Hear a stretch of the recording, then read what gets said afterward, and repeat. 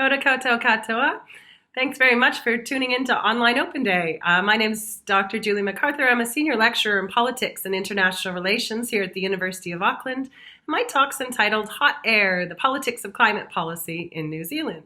So I'd like to talk to you about the field of politics and international relations. What do we study? What do our graduates do? And what does it mean to have a climate policy or climate politics perspective? And hopefully that'll help you understand the wide variety of things that you can study with politics training. The first slide that I wanted to show you is actually a sculpture in Berlin by an artist named Isaac Kordal, and it's entitled Politicians Discussing Global Warming. And in it, it illustrates this idea that the biophysical impacts of something like climate change, so the oceans rising around, is not necessarily mirrored in terms of urgency by the people making decisions in our society.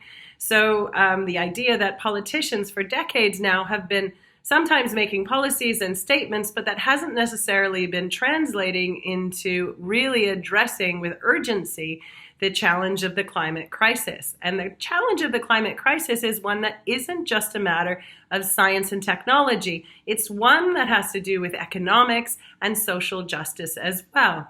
And I'll illustrate that a little bit later. But first, the study of politics. Essentially, what we study in politics is the study of power and government or institutions in society. So we want to understand who has authority and who can make rules, and why does it matter from place to place or time to time why some people have power versus others? How effective is it? How legitimate is it? What does this mean for addressing really big challenges like poverty or like climate change or like COVID, for example? So we're really interested in not just elections and political parties, which is a significant part of what we study in politics, but also issues around conflict and war and peace and economic development and freedom and justice. So in fact, when you look at the course selection in politics at the university, we actually have three general streams: a global politics stream, a political theory stream, and a policy and government stream. And you can mix and match between these. You're not lined up just into one. But what's really important to know is the global politics, generally we're interested in conflict at the international level or international organizations, political theory, ideas about justice and rights and freedom and how these have changed over time, so more the philosophy and ideas. And policy and government focuses more on the practice of particular governments, or how we get particular policies designed and who are the actors in them and what are the barriers. So that's a bit more of what I'm focusing on today with my brief little intro.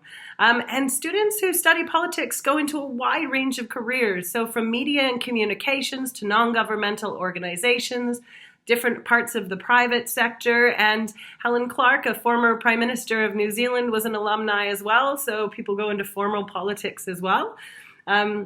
So yeah, there's a wide range of careers that students with this kind of political lens, where they're taught to understand the issues of power and governance in the world. So complex social systems, and how, especially with an arts double major, you can combine that with lots of different fields like economics or sociology or history or media, and really develop a powerful toolkit moving forward. So the study of climate change, again, many people think if you want to understand climate change, you do a degree in astrophysics or you do a degree in climate science per se. But there's a whole area that the sculpture I showed you earlier illustrates, which is that we may have a lot of excellent scientific work which points to clear causes of the challenges we're facing, but that doesn't mean we get decision-making and action that changes human behavior. To understand that, you need an understanding of people and society and social structures. So in New Zealand, for example, about 65% of us live within 5 kilometers of the ocean, and there's huge economic costs to rising sea levels, to your homes, to insurance levels, to businesses. There's also really strong evidence on the social costs and the social differences that many of us will experience. So some of us have the income on very hot days to cool our homes, for example, or on very cold days to heat our homes to healthy levels. but a lot of our society doesn't have that income. So there's this social justice aspect to how people are able to respond. And there's also this social justice aspect to who has the levers of power, who gets to make decisions about how we respond to climate change, and who pays the cost for that. These are fundamentally ethical and political questions. They're not just technological ones. So I want to show you this graph, and it just illustrates the scope of the challenge. It's from the United Nations Environment Program from 2017.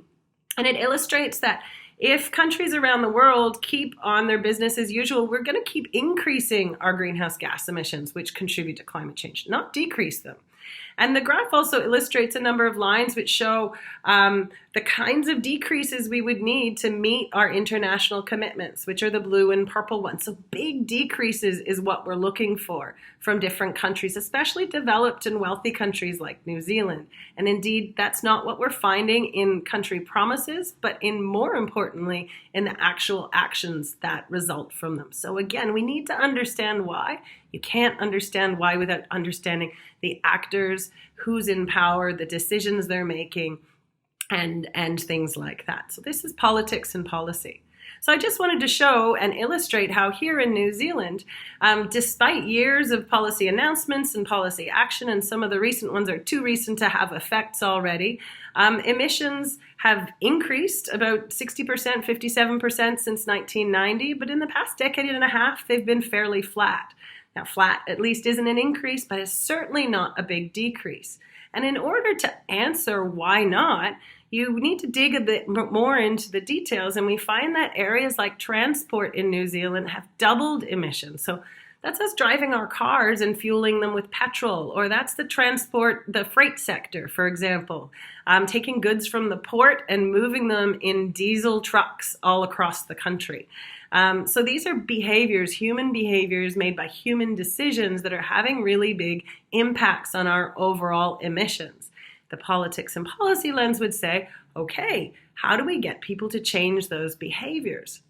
And the kinds of answers that we would come up with would, really probe into who's making decisions in the sectors, who benefits, who loses. So take something even like, it would make a really big difference in New Zealand if we switched to electric vehicles, and especially electric buses for mass transport or things like that. And so not all of us, though, can afford electric vehicles. So we need to design policies that bring on board the people who are going to be the big losers in a sector that's causing a lot of our emissions, and also really help those who don't have the extra income to buy into new technology. So that involves a lot of government action and big debates about the role of government in society. So in order in New Zealand then, for us to move from hot air and talk to actually really big changes in our emissions, we need to tackle tough sectors like our transport emissions, like our agriculture emissions,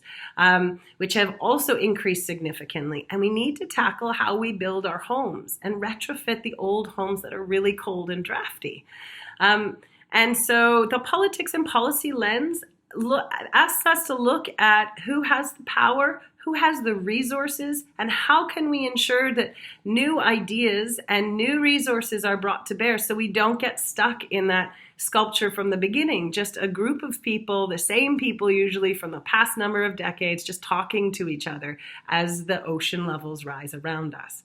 So hopefully I've stimulated some of your interest in the field of politics and policy, and I'd love to hear more from you. So I've put a link on the last slide. Thanks.